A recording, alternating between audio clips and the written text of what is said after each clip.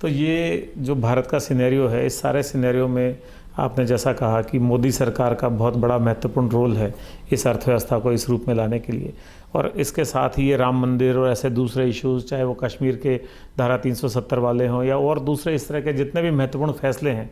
उन सबको देख के जो अभी बातें चल रही हैं, आपको लगता है बीजेपी इस बार लोकसभा में 400 प्लस पे जाएगी? देखिए, 2014 का माननीय प्रधानमंत्री जी का चुनाव, भारतीय जनता पार्टी का चुनाव, देश की जनता ने उस समय के 10 साल की कालखंड में जो निराशा देश में जन्मी थी, उस निराशा को दूर करने के लिए आशा के केंद्र के रूप में, आशा की किरण के रूप में नरेंद्र मोदी जी और भारतीय जनता पार्टी को विकल्प मानते हुए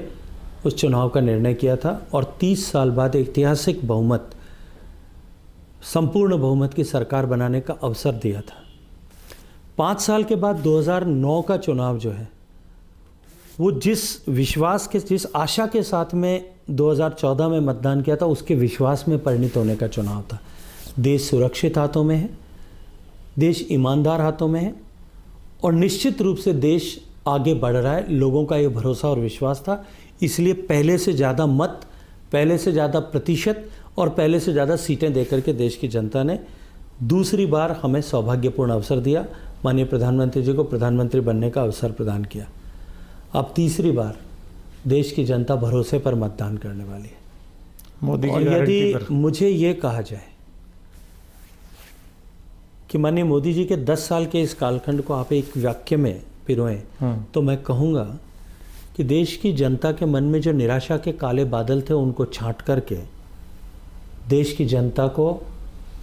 एक नए आत्मविश्वास से लबरेज करके भारत को विकसित होने की दिशा में आगे बढ़ाने का जो कालखंड, ये 10 साल का कालखंड है और देश की जनता